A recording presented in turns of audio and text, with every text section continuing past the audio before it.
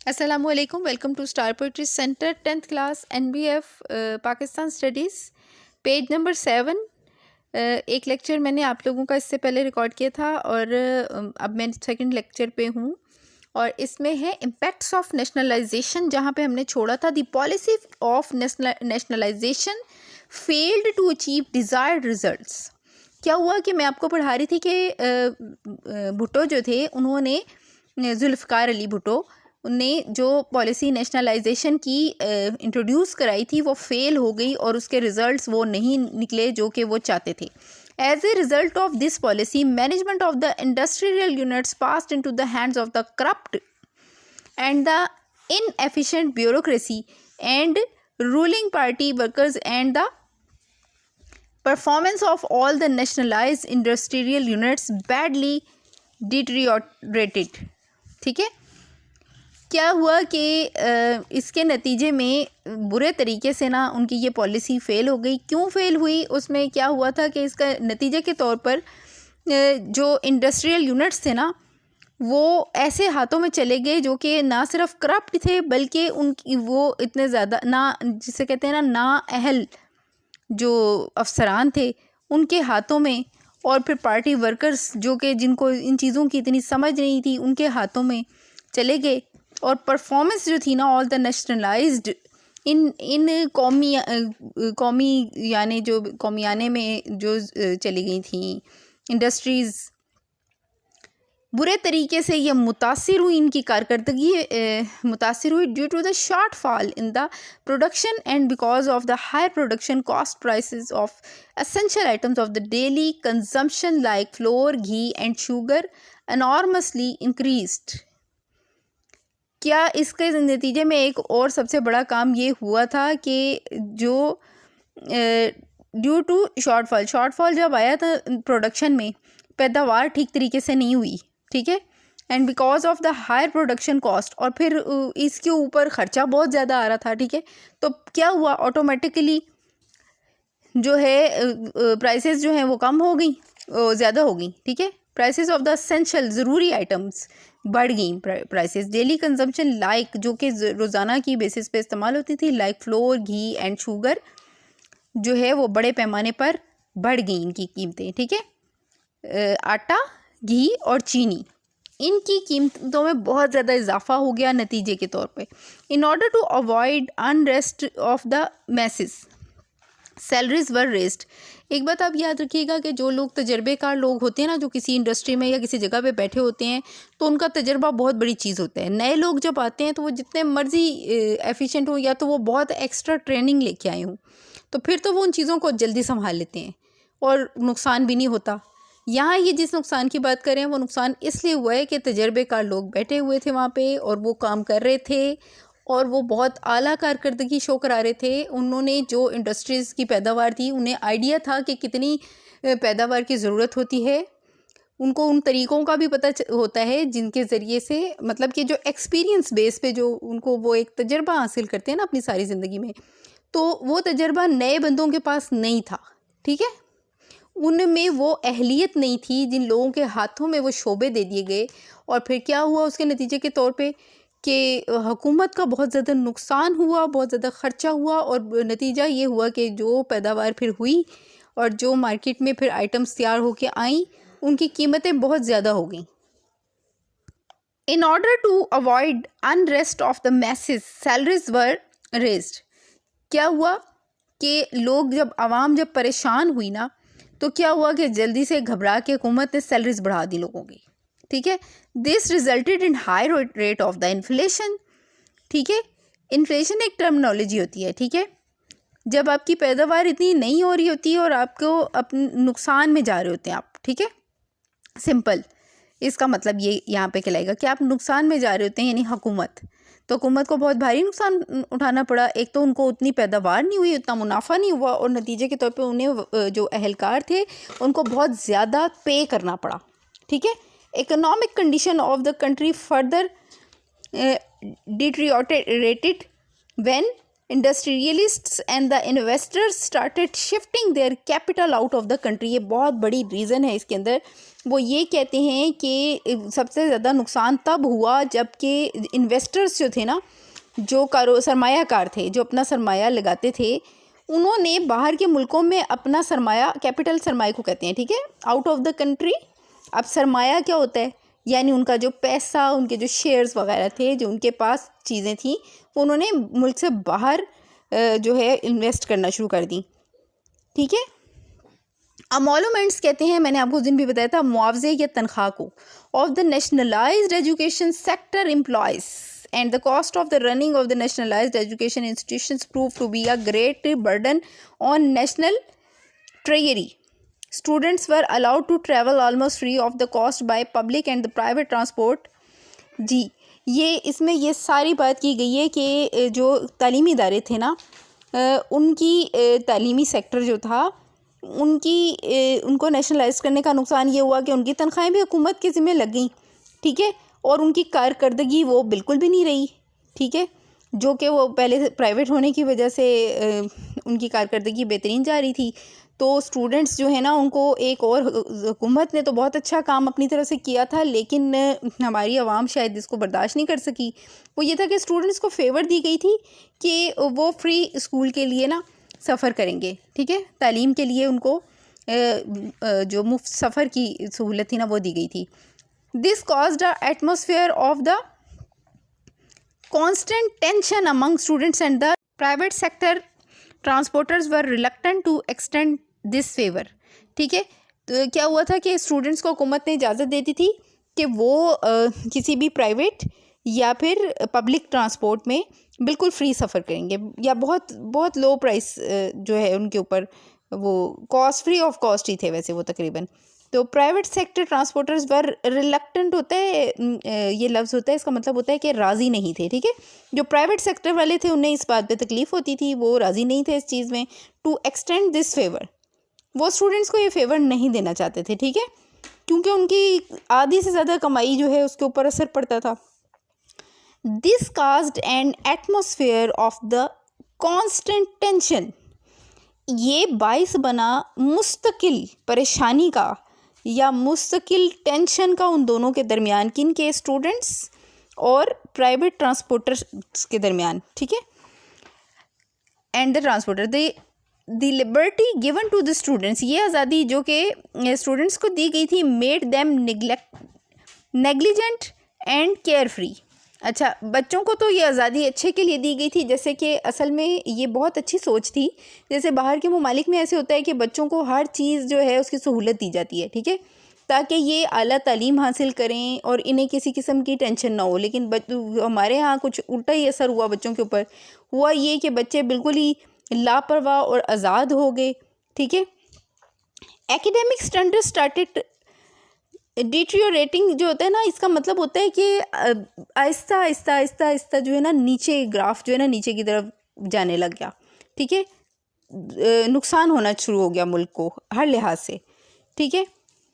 तो क्या हुआ, यानी पढ़ाई में बच्चे कमज़ोर होने शुरू हो गए। इसका ये भी एक लाइन का मतलब बनता है, students unions became great threat. Threat क्या होता है, धमकी, ठीक है, टू लॉ एंड ऑर्डर। ये क्यों हुआ था, इसकी इन्होंने यहाँ तो वजाहत नहीं दी हुई, लेकिन मैंने दूसरी किताबों में देखा है तो वहाँ पे ये लिखा हुआ है कि हुआ यूँ था कि जो पार्टीज़ थी ना, दूसरी पार्टीज़, ठीक है, या जो मुखालिफिन थे, जो हुकूमत के इन इक़दामात के ख़िलाफ़ थे, जो कि हर दौर में होते हैं, तो वो मुखालिफिन जो थे उन्होंने ये किया था कि स्टूडेंट्स की ना यूनियंस बना दी थी मुख्तलिफ, ठीक है, यानी कि आप दूसरे अल्फाज में यूँ कह सकते हैं कि स्टूडेंट्स ने बाकायदा गुंडागर्दी शुरू कर दी थी, ठीक है, जिसकी वजह से मुल्क की माहौल पर और कानूनी तौर पर बहुत ज़्यादा नुकसान उठाना पड़ा, ठीक है। यानी कि इस चीज़ को अच्छे तरीके से इस्तेमाल करने के बजाय उल्टा इससे नुकसान होना शुरू हो गया, ठीक है। सोच तो अच्छी थी लेकिन उसको अच्छी तरह इस्तेमाल नहीं किया गया। Bhutto's government however must be given credit for the following initiatives, ठीक है। भुट्टो गवर्नमेंट को ताहम फिर भी ये क्रेडिट हासिल हैं, ठीक है, कि उन्होंने ये क्या क्या चीज़ें शुरू की थी। ये इसमें पॉइंट नंबर 1 है, registration of the citizens national identity card scheme, ठीक है। सिटीजन्स की रजिस्ट्रेशन यानी कि आपका जो नेशनल आइडेंटिटी कार्ड है इसकी स्कीम शुरू की गई, ठीक है। इसमें आसानियाँ बहुत पैदा की गई, इसके शोबे पे तवज्जो दी गई।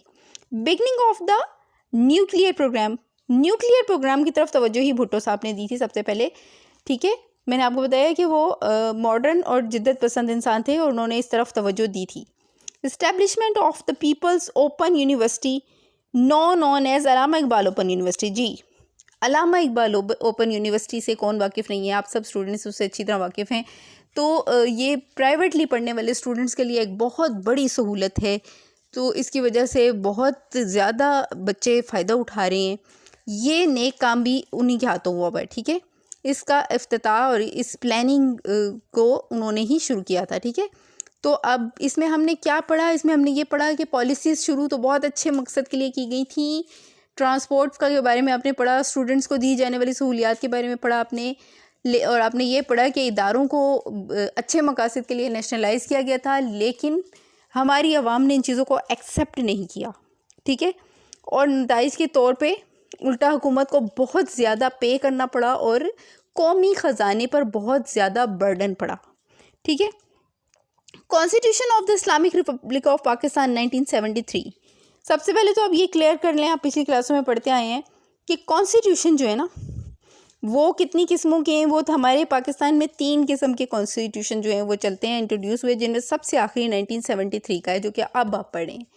तो आप 9th क्लास में 2 जो हैं वो पढ़ के आए हैं कॉन्स्टिट्यूशन, और वो कौन से थे, 1956 का, ठीक है, 1956 का, और दूसरा जो आपका बनता है वो 1962 का, यानी कि 1962 का कॉन्स्टिट्यूशन जो है वो आप पढ़ के आए हैं, ठीक है। उसके इन्होंने वहाँ पे ख़ुसूसी तौर पे आपको ये 2 पढ़ाने के बाद अब 10th क्लास में आप 1973 के आर्टिकल के बारे में पढ़ेंगे कि इसमें क्या क्या है, ठीक है।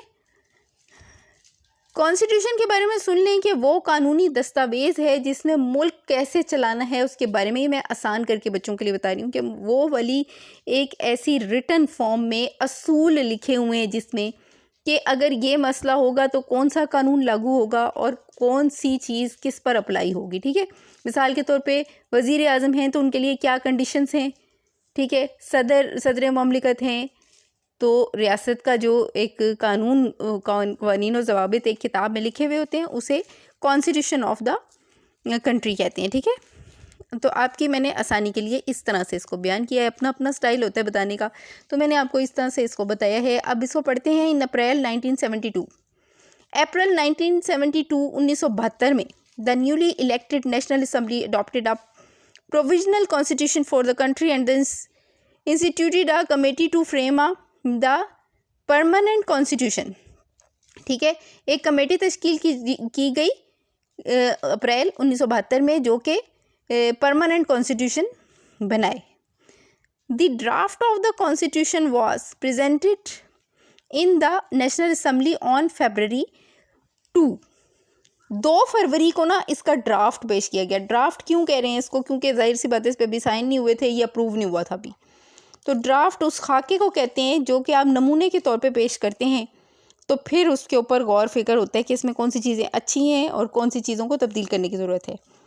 इन 1973 में, ठीक है, 135 मेंबर्स वोटेड इन फेवर, 135, आपने ये भूलना नहीं है, 135 जो वोट है ना वो इसके हक में गए थे। ओनली 3 रिमेन्ड एब्सेंट, ठीक है, जबकि सिर्फ 3 जो हैं वो गैर हाजिर रहे थे। Acting as president Zulfikar Ali Bhutto gave approval of the draft on April 12 April को 1973, ठीक है। प्रेसिडेंट होने की हैसियत से जुल्फ़िकार अली भुट्टो ने इसको अप्रूवल दे दिया। The new constitution was promulgated on August 14 August 1973 को जो न्यू कॉन्स्टिट्यूशन है वो नाफिज हो गया, ठीक है। The national assembly elected Zulfikar Ali Bhutto as new prime minister of the Islamic republic of Pakistan. National assembly ने जुल्फ़िकार अली भुट्टो को पाकिस्तान के नए प्राइम मिनिस्टर की हैसियत से, ठीक है, इंट्रोड्यूस करवाया। Salient features of the 1973 constitutions. 1973 के कॉन्स्टिट्यूशन के साइलेंट फीचर्स कौन कौन से थे? The constitution is written document comprising 280 articles. ये बात आपने बहुत ध्यान से सुननी है। ये कॉन्स्टिट्यूशन जो है ये एक रिटन फॉर्म में डॉक्यूमेंट था, ठीक है। मैंने आपको पहले भी बताया था कि ये रिटन फॉर्म में डॉक्यूमेंट जो होता है कॉन्स्टिट्यूशन उसको कहते हैं। कंप्राइजिंग 280 आर्टिकल्स, जिसके अंदर 280 आर्टिकल थे, डिवाइडेड इनटू 12 पार्ट्स, 12 हिस्सों में इसको तकसीम किया गया। इंक्लूड 6 शेड्यूल्स, 6 इसके शेड्यूल हैं, एंड 26 अमेंडमेंट्स। अमेंडमेंट्स किसे कहते हैं? तब्दीलियों को। तो 26 इसमें अमेंडमेंट्स की गई यानी तब्दीलियाँ की गई। The constitution proclaims Islamic republic of Pakistan as official name of the republic, ठीक है। मुल्क का नाम इस्लामी जमहूरिया पाकिस्तान सरकारी नाम के तौर पर ऐलान किया गया, ठीक है, इस कॉन्स्टिट्यूशन में, ठीक है। प्रोक्लेम्स का मतलब होता है ऐलान करना, सबको बता देना, क्लियर बात कर देना, और जो है सबको वजाहत से उस चीज़ के बारे में बता देना। The constitution proclaims Islam as a state religion, ठीक है, कि इस कॉन्स्टिट्यूशन में ये बता दिया गया कि इस्लाम जो है वो रियासत का मज़हब होगा, ठीक है, यानी क्लियरली बता दी गई ये सारी चीज़ें। Urdu has been adopted as the national language, Urdu national language यानी कौमी ज़ुबान के तौर पर अडॉप्ट की गई। किस में?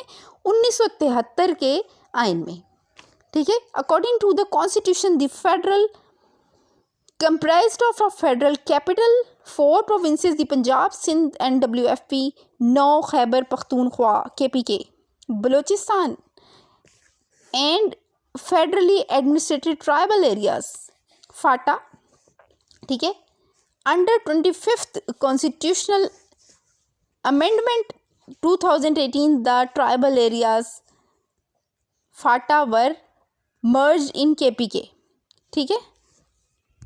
आइन के मुताबिक वफाकी दारुल हुकूमत चारों सूबों पंजाब, सिंध, NWFP, KPK, बलूचिस्तान और वफाक के ज़ेर इंतज़ाम कबायली इलाके फाटा पर मुश्तमिल है, ठीक है।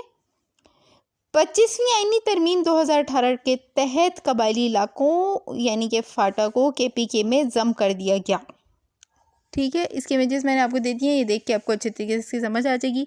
The federal parliament Majlis Shura has 2 houses.